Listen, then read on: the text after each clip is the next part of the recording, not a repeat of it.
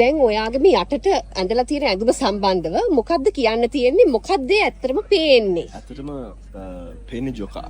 ජොකාවද? ඊ ජොකාද? මං හිතුවේ tight short එක කියලා. ඇත්තටම ටයිට් ෂෝට් එකට තමයි මං ජොකා කියලා කිව්වේ. මොකද අනිත් අයට ඒක ජොකා නම් අපි පිළිගන්න බෑ. පිළිගන්න බෑ. මිනිස්සු කියනවා නම් අපි කියන වචනයක් කුණුහරුපයක් කියලා.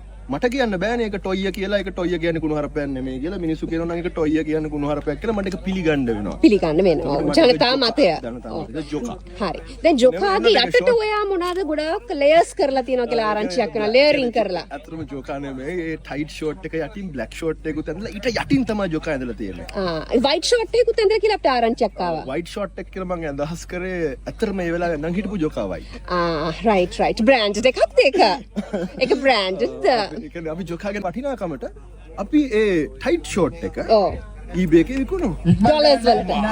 මාකට් එකක් මේකට තියෙන්නේ. ලන්ච්වක් අපි තියෙනවා. ඒක තමයි. මම කියන්නේ ඔයා පටන් ගන්න. මම පටන් නෑ ඇත්තටම මම පටන් ගන්න තිබේ මගේ රතුජංගි කාලේ. ඒ කාලේනේ. ඒ පෑන් ටික අද තිබ්බම මම මල්ටි බිලියනර් කෙනෙක් වෙලා ඒක විකුණලා. අනිවාර්යෙන් රටක් කැලමු.